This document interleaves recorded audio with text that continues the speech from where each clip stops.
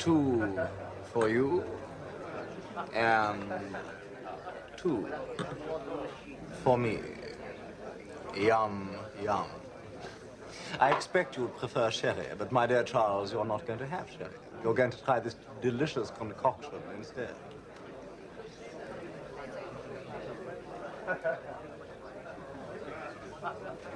What is it? Brandy Alexander. You don't like it? Then I'll drink it for you. 1, 2,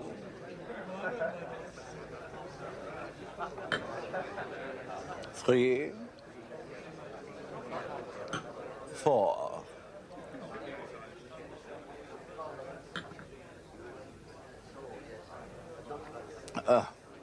Down the little red lane they go. How the students stare. I'm not surprised, Anthony. I'm a little out of sympathy with the undergraduates for the moment. That's why we're dining at 10. Who else is coming? No one. I've got you to myself tonight.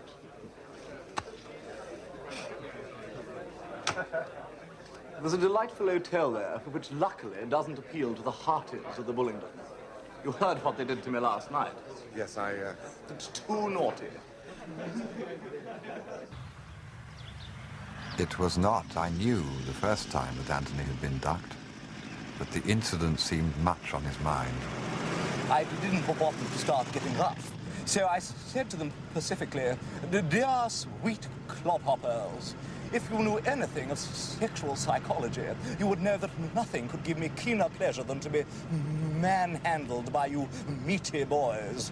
Ecstasy of the naughtiest kind. If any of you wishes to be my partner in joy, then come and seize me.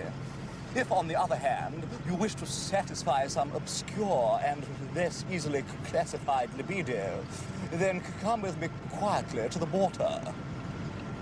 So, I just got in the fountain, and, do you know, it really was rather refreshing. So I sported there and struck some attitudes.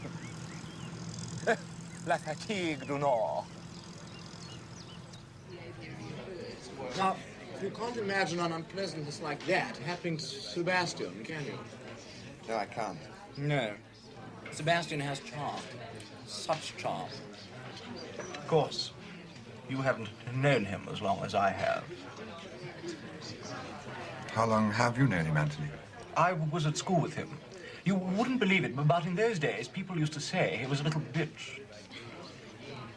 The rest of us were constantly being beaten in the most savage way on the most frivolous pretext, but never Sebastian. I can see him now, at the age of 15.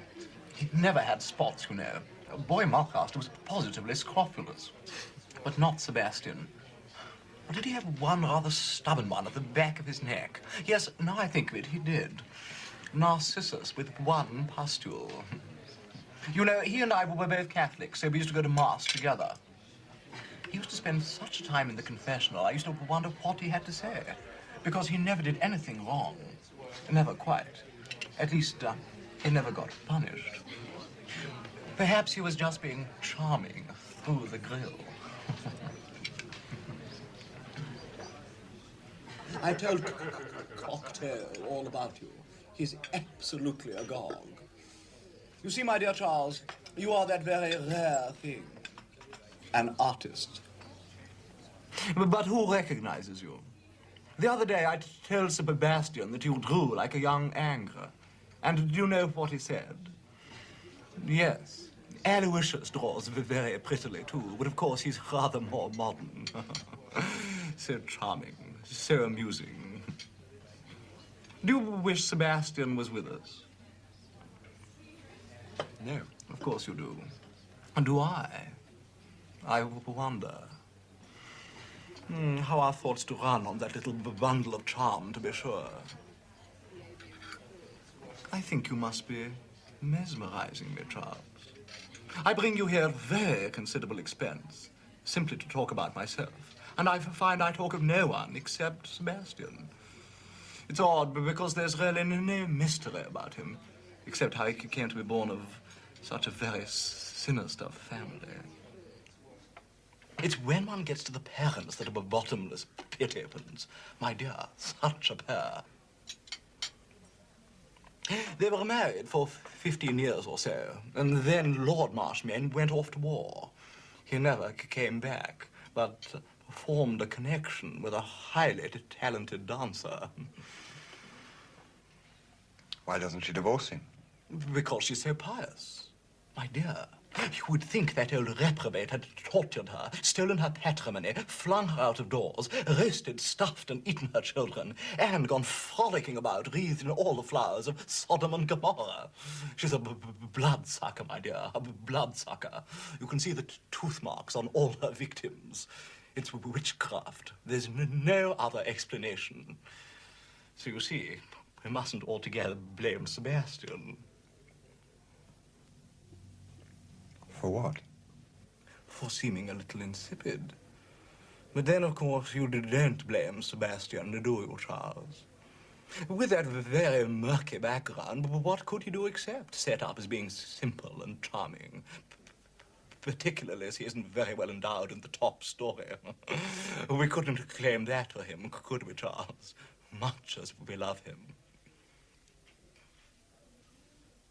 Tell me candidly, have you ever heard Sebastian say anything that you have remembered for more than 5 minutes?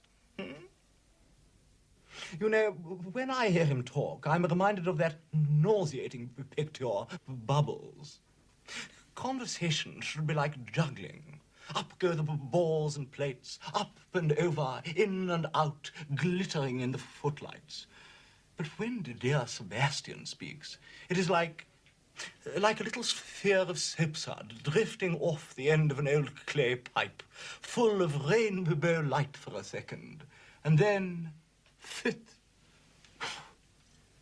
vanished, with nothing left at all. Nothing. Shall we go, Anthony?